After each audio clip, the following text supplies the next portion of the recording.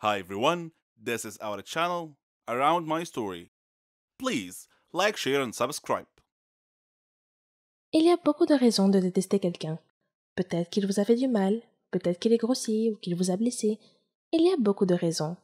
Mais détester quelqu'un parce qu'il a plus de succès, au point de vouloir le tuer, c'est un peu tordu à mon avis. Je m'appelle Célina. J'ai 17 ans. Ma mère est une chef cuisinière très célèbre. Elle a même sa propre émission de cuisine que beaucoup de gens regardent dans tout le pays. Elle est douée et très créative. Elle a aussi une grande personnalité. Elle s'est occupée de nous toute seule après la mort de mon père dans un accident d'avion. Tout a commencé en cuisinant le plat préféré de ses voisins. Maintenant, elle est connue dans tout le pays. Elle a été invitée dans plusieurs émissions de télévision où elle a raconté son histoire inspirante. Je suis tellement fière de ma mère. Tout ce que nous avons aujourd'hui, c'est grâce à elle. Tout le monde l'aimait. Enfin, tout le monde sauf Katrina. Katrina était la chef vedette avant qu'il ne laisse ma mère diriger l'émission de cuisine, malgré ses talents de cuisinière qui ont fait perdre énormément d'argent à l'émission. Le meilleur mot que je puisse trouver pour la décrire est un serpent rampant. Sa jalousie et son mépris envers ma mère sont insupportables. J'ai toujours eu l'impression qu'elle complotait contre ma mère. Ce qui est un peu ridicule, mais je n'ai pas pu m'en empêcher. De temps en temps, je disais à ma mère de faire attention et de se méfier de Katrina. Mais elle me disait toujours que tout allait bien, que même si Katrina ne l'aimait pas, rien n'allait se passer. Alors je souriais, un peu nerveuse et un peu inquiète. Je ne pouvais pas savoir qu'elle serait bientôt confrontée au danger. C'était le jour de Thanksgiving. Maman faisait toujours une sorte de gâteau spécial que nous aimions tous dans l'émission pour que les gens puissent l'essayer à la maison. Ce jour-là, maman avait préparé le gâteau. Tout ce qu'elle avait à faire était de le couper devant le public. Nous avons donc ramené le gâteau de la maison au studio, puis nous l'avons donné à l'équipe des accessoires pour qu'ils le préparent, et le programme a commencé. J'étais parmi le public dans le studio. Ma mère était en pleine forme, préparant une recette après l'autre. Jusqu'au moment où le gâteau est arrivé. Ma mère était en train d'expliquer au public, et j'ai entendu un tic-tac. Je ne savais pas d'où il venait, mais il devenait de plus en plus fort. Ma mère parlait toujours au public, quand j'ai soudain réalisé que le gâteau était la source du tic-tac. Je me suis levée et sans réfléchir, j'ai crié « Maman, attention !» Maman m'a regardée, et j'ai montré le gâteau. Et avant que je puisse dire quelque chose de plus, le gâteau a explosé. Heureusement, maman n'était pas dans la trajectoire de l'explosion. Après cela, le programme s'est arrêté. Ils ont appelé le type qui nous avait pris le gâteau à notre arrivée. Ils l'ont questionné. Il a dit qu'une femme l'avait porté dans le studio et l'a décrit. Ils ont cherché la femme dans tout le studio. Mais tout ce qu'ils ont trouvé, c'est une perruque et une paire de lunettes. Dans la loge. Alors ils ont vérifié les caméras de sécurité et ont découvert ce qui s'était passé. Katrina s'était déguisée et avait échangé le gâteau. La police a dit qu'elle chercherait jusqu'à ce qu'elle la trouve. Et j'étais heureuse que ma mère soit en sécurité, mais je n'oublierai jamais ce qui s'est passé ce jour-là aussi longtemps que je vivrai. Je ne suis pas beaucoup les infos. Les crises internationales, les crimes, les enlèvements, toutes ces choses me consternent. C'est comme si notre monde était une jungle dangereuse, et je n'aime pas ce sentiment, car je suis une fille paisible qui aime éviter les problèmes. J'étais loin de me douter que mon monde paisible allait être secoué par l'un de ces tristes événements. Je m'appelle Marsha et j'ai 18 ans. Je vis avec mes parents et ma petite sœur, Marilyn. Ma mère m'a souvent prévenue d'être vigilante et d'éviter les situations dangereuses. Elle m'a dit que les gens pacifiques peuvent vivre dans un monde pacifique s'ils choisissent de le faire. Mais ce n'est pas tout à fait vrai. Un jour, j'étais à la fête d'anniversaire d'une amie, et nous étions en train de rire, de manger, de jouer et de passer un bon moment. Je ne faisais pas vraiment attention à mon téléphone. Mais quand j'y ai jeté un coup d'œil, j'ai vu que maman m'avait appelé plus d'1 million de fois, vers minuit. Elle était visiblement inquiète de me voir sortir si tard. Alors j'ai décidé de me dépêcher de rentrer. J'avais peur de prendre un taxi seul, mais je devais me dépêcher de rentrer. J'ai donc marché jusqu'à la rue principale, qui était très faiblement éclairée, et j'ai vu un taxi tout près. Mais quand je me suis approchée, j'ai vu que toutes ses vitres étaient éteintées. Et je ne me suis pas sentie à l'aise. J'ai cherché un autre taxi, mais le chauffeur de taxi a ouvert la porte d'entrée et a souri. Son âge avancé et son sourire amical m'ont désarmé, et m'ont donné un sentiment de sécurité. Alors je lui ai demandé de me conduire chez moi, et j'ai sauté sur le siège arrière.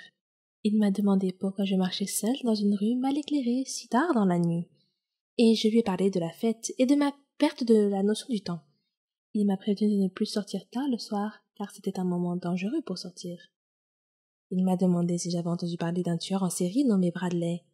J'ai répondu que oui, mais que je ne savais pas à quoi il ressemblait. À ce moment-là, il a ri, et j'ai entendu les 4 portes se verrouiller soudainement. Il m'a regardé et a dit « Je m'appelle Bradley. Maintenant que tu sais à quoi je ressemble, c'est un plaisir de te rencontrer. » J'ai crié pour qu'il arrête le taxi et me laisse sortir. Il a simplement déclaré que les simples erreurs peuvent parfois avoir le plus grand impact sur nos vies. Il s'est vanté que je serais un ajout parfait pour compléter sa collection de crânes. Dans la panique, j'ai attrapé sa ceinture de sécurité et j'ai commencé à l'étrangler avec.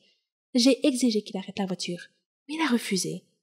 J'ai commencé à l'étrangler de plus en plus fort jusqu'à ce qu'il finisse par perdre le contrôle de la voiture.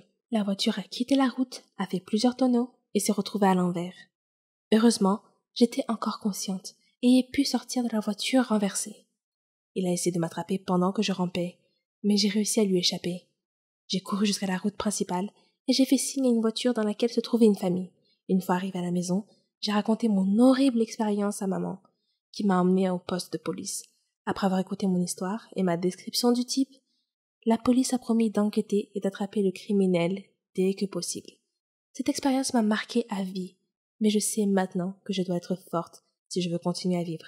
Quelques jours plus tard, j'ai reçu un message d'un expéditeur anonyme qui disait « Sois prête pour la prochaine balade. Ce n'est pas la dernière fois que l'on se voit. » Je m'appelle Ginny. Vous pouvez m'appeler la mauvaise fille si vous voulez. C'est comme ça que les enfants du quartier m'appelaient. J'ai une longue histoire à vous raconter. J'étais l'aînée d'une fratrie de 5 enfants. Ma mère est morte de maladie et mon père a été estropié dans un accident de voiture. Il ne pouvait pas marcher et devait utiliser un fauteuil roulant. Voir mes frères et sœurs souffrir de la faim et de la pauvreté était un spectacle constant à la maison. Mon père était déprimé. Nos voisins nous aidaient beaucoup, mais j'étais constamment inquiète de ce qui se passerait s'ils arrêtaient un jour. J'ai donc décidé de trouver un emploi. Je savais que ça ne serait pas facile, car je n'avais que 15 ans. Qui voudrait embaucher une jeune de 15 ans? Malgré mon appréhension et mon manque de confiance, j'ai décidé de trouver un emploi. Je me suis rendue dans de nombreux endroits, des boutiques de vêtements, des magasins de fleurs, des épiceries. La réponse était toujours la même. Nous n'embauchons pas pour le moment. Un jour, me sentant déprimée, je me promenais sans but précis, quand, soudain, je me suis retrouvée près d'un hôpital. Sur une impulsion, j'y suis entrée. J'ai vu une infirmière, mais elle semblait trop morose pour parler. Alors j'ai regardé autour de moi et j'ai trouvé une autre infirmière qui semblait un peu plus gentille. Elle m'a remarqué et m'a demandé si j'avais besoin d'aide. Je lui ai dit que je cherchais un emploi. N'importe quel emploi. Je serais même prête à passer la serpillière et à nettoyer. Elle a compati et m'a dit de ne pas m'inquiéter. Puis, elle est allée dans le bureau du directeur. J'étais inquiète. Étais-je dans le pétrin? 1 minute plus tard, elle m'a appelée pour rencontrer le directeur.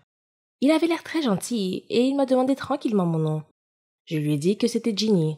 Il m'a dit que Martha, la gentille infirmière qui m'aidait, lui avait dit que je cherchais n'importe quel emploi disponible. Il a dit qu'il avait un travail pour moi, mais qu'il craignait que cela ne pose problème. J'ai ressenti une pointe de peur et j'ai demandé quel était le problème. Il m'a répondu que je devais travailler de nuit. C'est tout? Je me suis sentie tellement soulagée, j'ai immédiatement accepté. Il a dit qu'il aimait mon enthousiasme et que je pouvais commencer demain. J'étais si heureuse. Je suis rentrée rapidement à la maison. J'ai embrassé mes frères et sœurs et j'ai embrassé la main de mon père. Je leur ai parlé de mon nouvel emploi. Mon père m'a regardée avec tristesse et m'a dit que j'étais trop jeune pour avoir à porter cette responsabilité. Je lui ai dit que ce n'était pas grave et que je pouvais y faire face. Quand je partais travailler à l'hôpital tous les soirs, il y avait une bande de jeunes qui traînaient toujours dans le quartier. J'espérais qu'ils ne me dérangeraient pas, mais mes espoirs étaient vains. Ils se moquaient de moi chaque fois que je passais près d'eux. Mais je n'en ai jamais parlé à ma famille. J'ai commencé à travailler comme femme de ménage, mais grâce à mon assiduité et à mon intelligence, j'ai pu en apprendre un peu plus sur les soins infirmiers, ce qui m'a permis d'être promue. D'abord comme aide-soignante, puis comme infirmière. Mes collègues m'ont beaucoup soutenue. Tout était presque parfait, à l'exception de la bande du quartier qui m'embêtait sans cesse et m'appelait Ginny la mauvaise fille. Je souhaitais qu'ils s'en aillent et qu'ils me laissent tranquille. Puis, un jour, un miracle s'est produit. Alors que je travaillais à l'hôpital, les brutes du quartier sont arrivés avec leur chef. Il était gravement blessé. Son corps entier était couvert de sang et criait pour que quelqu'un vienne l'aider. Quand ils m'ont vu, Ils m'ont supplié de le sauver. J'ai travaillé rapidement avec les autres membres du personnel. Son état était grave. Il avait été victime d'un terrible accident de moto. Le personnel et moi avons travaillé fébrilement pour stabiliser son état et le soigner. Après l'avoir stabilisé, j'ai été épuisée. Soudain, quelqu'un s'est approché de moi. C'était le gang du quartier. Ils se sont excusés de s'être moqués de moi et m'ont demandé de les pardonner. Ils ont dit qu'ils ne savaient pas que je travaillais dans un hôpital. J'ai souri et leur ai dit que tout allait bien et que je les considérais comme mes frères et sœurs. Une autre infirmière est allée les voir et leur a dit que leur amie allait bien maintenant. J'étais tellement heureuse que mon problème soit résolu.